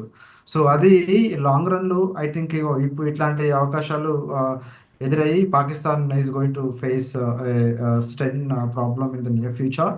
సో కమింగ్ టు అంటే కరెంట్ ఇష్యూస్ వచ్చేసరికంటే పాకిస్తాన్ మేబీ నేను ఆల్రెడీ చెప్పాను. మార్నింగ్ నుంచి చెప్తున్నారు మేము, అంటే మార్నింగ్ చెప్పారు మేము ఊరికేనే ఊరుకోము, మేము స్టెప్ తీసుకుంటామని చెప్పారు. ఇప్పటి వరకు మనకి ఏమి అప్డేట్ లేదు, ఏమి స్టెప్ తీసుకుంటున్నారో ఏమీ తెలియదు. వీఆర్ యాక్చువల్లీ వెయిటింగ్ ఫర్ అంటే పాకిస్తాన్స్ రెస్పాన్స్ అన్నట్టు. ఆల్రెడీ మన మిత్రులు ఆల్రెడీ చెప్పారు, ఇంటర్నేషనల్ లెవెల్లో పాకిస్తాన్కి ఏమి గుడ్ విల్ ఏం లేదు ఆల్రెడీ. ఎందుకంటే because of Pakistan's social problem, cultural problem, economic problem, you know అంటే మనం చెప్పారు ఆల్రెడీ. వాళ్ళకు జనాలు డబ్బులు లేక, ఎంప్లాయ్మెంట్ లేక, వాటర్ లేక, అగ్రికల్చర్ ప్రొడక్షన్ లేక నానా ప్రాబ్లమ్స్ ఫేస్ చేస్తున్నారు. వాళ్ళు గవర్నమెంట్ పైన లైక్ యూనో చాలా ఫర్మ్గా క్రిటిసిజం చేస్తున్నారు. బట్ ఈ అవకాశాన్ని పాకిస్తాన్ గవర్నమెంట్ ఇలా వాడుకొని పాకిస్తాన్ ప్రజలని మళ్ళోసారి పాకిస్తాన్ ప్రజలని మోసం చేయదలుచుకుంటుంది. బట్ పాకిస్తాన్ ఊహించినట్టు లాంగ్ రన్లో ఒకవేళ ఇండియాతో వార్ చేయదలుచుకుంటే Pakistan existency will be question. ఒకవేళ లాంగ్ రన్ రైట్. వార్ కోసం ఇండియాకు వస్తే వాళ్ళ ఉనికి ప్రశ్నార్థకం అవుతుంది. ఎందుకంటే మనము మాకు చైనా ఉంది, వాళ్ళు సిపెక్ కారిడార్లో వర్త్ $46 బిలియన్ ఇన్వెస్ట్ చేస్తుంది. ఎలాగైనా మనీ ప్రకారం హెల్ప్ చేస్తుంది, మిలిటరీ ప్రకారం హెల్ప్ చేస్తుంది, ఇంకా ఏమైనా ఫుడ్ ప్రకారం హెల్ప్ చేస్తుంది. అంటే వి కాంట్ లైక్ యూనో అంటే చైనా అలాంటి ఇప్పుడే అంత అర్జెంటుగా పాకిస్తాన్కి అంత మాసివ్ లెవెల్లో సపోర్ట్ చేస్తుందని నేనైతే దలుచుకోలేదు. సో ఎటు తిరిగి పాకిస్తాన్ అసలు అంటే ఇది ఒక స్వయం కృపాధారం అన్నట్టు. వాళ్ళు తవ్వుకున్న గొతిలో వాళ్ళే పడుతున్నారని నేను నా అబ్జర్వేషన్ ప్రకారం నేను చెప్పదలుచుకుంటున్నాను. రైట్. అదండి. రైట్. బట్ ఫైనల్గా చెప్పేది ఏంటంటే ఈ వార్ అంటే మేజర్ వార్ ఎస్కలేట్ కాకుండా చూసుకోవాలి రెండు దేశాలు. ఎందుకంటే at the end of the day సామాన్య ప్రజలు ఎఫెక్ట్ అవుతారు. చూడండి, ఇజ్రాయెల్ పాలస్తీన్ వార్లో ఈరోజే నేను చదివాను, రైట్. 52,000 మహిళలు కిడ్స్ చనిపోయారంట. Millions population get displace. At the end day at the end of the day మామూలు ప్రజలు ఎఫెక్ట్ అవుతున్నారు. So I hope it doesn't escalate to major war. That is I think right sir. Final opinion on this war అండి. Right. Sadiq garu, మనకి పాకిస్తాన్తో పాటు చైనాతో కూడా సరిహద్దు వివాదాలు ఉన్నాయి. ఈ నేపథ్యంలో ఇప్పుడు పాకిస్తాన్తో యుద్ధం అంటూ జరిగితే చైనా సహకరించే అవకాశాలు ఉన్నాయని ఒక వాదన ఉంది. కానీ చైనా కూడా ఇది అవకాశంగా తీసుకుని భారత్పై యుద్ధానికి వచ్చే అవకాశం ఉందంటారా? అంటే ఇక్కడ చాలా మనము జాగ్రత్తగా ఆలోచన చేస్తే చైనాకి ఎప్పుడు మనతో వైరం చేయాలనే ఆలోచన ఉంది అని మనకు కనిపిస్తుంది. ఎందుకంటే మన బార్డర్లో ఒక ఉద్రిక్త వాతావరణాన్ని వాళ్ళు నెలకొల్పారు. ఇంతకుముందు కూడా వాళ్ళు అనేక సార్లు నెలకొల్పినప్పటికీ వాళ్ళతో మనకున్నటువంటి రాజ్యాంగ అంటే మనకున్నటువంటి విదేశాంగ నీతిని, విదేశాంగ మనకు వ్యూహాన్ని మనము ప్రదర్శించుకొని చైనా వాళ్ళు ఉంచగలిగాం. చైనా వాళ్ళు ఈ విషయంలో ఎప్పుడు కూడా తటస్థంగా ఉంచడానికి మనం ప్రయత్నం చేయాలి. చైనా ఎప్పుడు కూడా పాకిస్తాన్ వైపు ఆలోచన చేసే అవకాశం లేకుండా మనం చేస్తున్న ఉగ్రవాద వ్యతిరేక సమరం అని, మనం వాళ్ళు ఉగ్రవాదంతో మన వైపు వస్తేనే మనం ఉగ్రవాదాన్ని సహించలేక మనపై చేసిన వాళ్ళ దాడిని మనం తిప్పికొడుతున్నాం తప్ప మనకు సామ్రాజ్యవాదం లేదని, మనకు ఏదో ఒక దేశం మీద దండెత్తి మనం ఏదో కలుపుకోవాలి, దేశాలను కలుపుకోవాలనే ఆలోచన ఎప్పుడు భారతదేశానికి లేదనే విషయం ప్రపంచానికి అంతకు తెలుసు. ప్రపంచానికి అంతా తెలిసిన విషయం ఏంటంటే అలీనోద్యమం ఉంది, నానలేని మూమెంట్ ఉంది. తర్వాత మన భారత రాజ్యాంగం మన భారతదేశానికి విదేశాంగ నీతి ఉంది, విదేశాంగ వ్యూహం ఉంది, విదేశాంగకు సంబంధించిన ఒక పాలసీ ఉంది, ఒక విధానం ఉంది. ఆ విధానాన్ని ఎప్పుడు కూడా మనము దాటము. అందుకోసమే ఈరోజు చాలా స్పష్టంగా మిలిటరీ వాళ్ళు ఫీడ్ చేస్తున్నప్పుడు, మిలిటరీ వాళ్ళు బాహ్య ప్రపంచానికి తమ స్ట్రైక్స్ గురించి చెప్తున్నప్పుడు ఏ పరిస్థితుల్లో చేయాల్సి వచ్చింది, ఎందుకు చేయాల్సి వచ్చింది, ఉగ్రవాద స్థావరాలను ఎందుకు లేపుతున్నాము, ఉగ్రవాద స్థావరాలను ఎందుకు కైవసం చేసుకోవాల్సి వస్తుంది, ఇట్లాంటివన్నీ కూడా మనము సోదాహరణంగా అన్ని కూడా విషయాలు చెప్పాను. ఎక్కడెక్కడ స్ట్రైక్ చేశాము కూడా మనం చాలా క్లియర్గా ఎవరి మీద ఫైట్ చేశాము కూడా చెప్పాం. అంటే ఇప్పుడు ఆ విషయాన్ని మనం చైనా ఏమని గమనిస్తుందంటే వీళ్ళు దేశం మీద దాడి చేయట్లేదు, వీళ్ళు పాకిస్తాన్తో యుద్ధం చేయట్లేదు, వీళ్ళు పాక్ ప్రేరేపిత ఉగ్రవాదంతో యుద్ధం చేస్తున్నారు. వీళ్ళు పాక్ దేశం ఎప్పుడు కూడా ఉగ్రవాదాన్ని ప్రేరేపిస్తుంది కాబట్టి ఈ సందర్భం వచ్చింది అనేది మన విదేశాంగ వ్యూహాలు, మనం విదేశాంగ మంత్రిత్వ శాఖ ఎప్పటికీ కూడా వాళ్ళతో చర్చలు జరుపుతూ వాళ్ళకి చాలా నీట్‌గా, అంటే వాళ్ళు చాలా క్లియర్‌గా అన్ని దేశాలతో కూడా మనం మాట్లాడుతున్నాం. అన్ని దేశాలకు కూడా చెప్తున్నాం. అన్ని దేశాల వాళ్ళతో కూడా మనము కలిసి ఈ విషయాన్ని మనం వివరిస్తున్నాం. మాకేదో దేశం మీద దాడి చేసి, మేమేదో దేశాలను కలుపుకోవడానికి కొరకు కాదు. మా పక్క దేశమైనటువంటి పాకిస్తాన్ చేస్తున్నటువంటి ఉగ్రవాద ప్రేరేపితం మాకు నష్టాన్ని కలిగిస్తుంది. మా ప్రజల్ని చంపేస్తుంది. మా ప్రజల మీద దాడి చేస్తుంది. మా మా ఆడవాళ్ళను మా ఊ చాలా ఊ అంటే చాలా మనల్ని బాధిస్తుంది కాబట్టి మనం చేస్తున్నాము. ఈ విధంగా మీరు బాధ పెట్టడం మేము సర్జికల్ స్ట్రైక్ చేస్తున్నామని మనం వ్యూహాత్మకంగా అన్ని దేశాలకు చెప్పగలిగాము. ఉగ్రవాదానికి వ్యతిరేకంగా చేస్తున్నాం కాబట్టి ఉగ్రవాదానికి వాళ్ళు కూడా, చైనా వాళ్ళు కూడా వ్యతిరేకం కాబట్టి ఆ విధంగా మనం పాలిసీ మ్యాటర్‌ని మనం ముందుకు తీసుకెళ్తున్నాం. ఒకవేళ చైనా కనుక మనం అనుకున్నట్టు ఒకవేళ ఒక అడుగు ముందుకేసింది అనుకుందాం. అడుగు వెయ్యదు. ఒకవేళ వేస్తే మనము వాళ్ళను ఇప్పుడు ఇంటర్నేషనల్, ఇప్పుడు అమెరికా ఎప్పుడు కూడా చైనా వెంబడి పడుతుంది. కాబట్టి ఇంటర్నేషనల్‌గా మనం వాళ్ళను పాకిస్తాన్‌ను ఎట్లయితే ఏకాకి చేస్తున్నామో, చైనాను కూడా మనం ఏకాకి చేయాల్సిన అవసరం ఉంటది. దాని ప్రకారంగా అప్పుడు మనకు చాలా సంయమన రాజనీతి ఉంటుంది మనకి. విదేశాంగ రాజనీతి ఉంటుంది. మన మన రాజనీతి ప్రకారంగా విదేశాంగ నీతి ప్రకారంగా, విదేశాంగ ప్రకారంగా మనం వ్యూహాత్మకంగా ఉండాల్సిన అవసరం కూడా ఉంది. సాదిక్ గారు, ముఖ్యంగా యుద్ధం అంటూ వస్తే రెండు దేశాలు నష్టపోతాయి అన్నమాట వాస్తవమే. పాకిస్తాన్ అయితే పూర్తిగా నాశనం అవుతుంది, మనకు కూడా నష్టం జరుగుతుంది 100%. కానీ భారత్ మూడో ఆర్థిక వ్యవస్థగా ఎదుగుతున్న ఈ క్రమంలో పూర్తిస్థాయి యుద్ధం చేస్తే మనం నష్టపోతామన్న వాదన కూడా ఉంది. దాన్ని ఎలా చూడాలంటారు? ఇప్పుడు మనము పూర్తి స్థాయి యుద్ధము అని అనే బదులు పూర్తి స్థాయిలో ఉగ్రవాద స్థావరాలను మనము టోటల్‌గా తీసేయాలనేది అనుకుంటున్నాం. ఎందుకంటే మనము ఇంటర్నేషనల్‌గా కూడా చెప్తున్నది అదే. పాకిస్తాన్‌తో మనకు యుద్ధం చేయాల్సిన అవసరం లేదు. పాకిస్తాన్‌తో మనం వైరం కాదు. పాకిస్తాన్ వాళ్ళు ఉగ్రవాద ప్రేరేపితులు. వాళ్ళు పెంచి పోషిస్తున్నారు. అంతే కాకుండా ఆ సైన్యానికి సంబంధించిన వాళ్ళు కూడా ఈరోజు ఉగ్రవాదులు చనిపోతే వాళ్ళ యొక్క అంత్యక్రియల్లో పాల్గొనడం ఏంటి? అంటే ఇక్కడ ఏం చెప్తుంది? పాకిస్తాన్ మేము ఉగ్రవాదం వైపు ఉన్నామని చెప్తున్నారు. మనమేం చెప్తున్నాం? ఉగ్రవాదం వైపు ఎవరున్నా ఏం లేదు. వాళ్ళ వైపు మాత్రం మనం ఖచ్చితంగా యుద్ధం చేస్తామని చెప్తున్నాం. కాబట్టి పాకిస్తాన్ వెనక్కి వెళ్ళాల్సిన అవసరం. పాకిస్తాన్ ఖచ్చితంగా వెనక్కిపోవాలి. తమ ఉగ్రవాదంలోకెళ్ళి, అయితే పాకిస్తానే ఒక ఉగ్రవాద దేశం అని చెప్పుకునే రోజులు వచ్చినప్పుడు మనము ఉగ్రవాద దేశంతోటి ఖచ్చితంగా యుద్ధం చేయాల్సిన అవసరం ఉంది.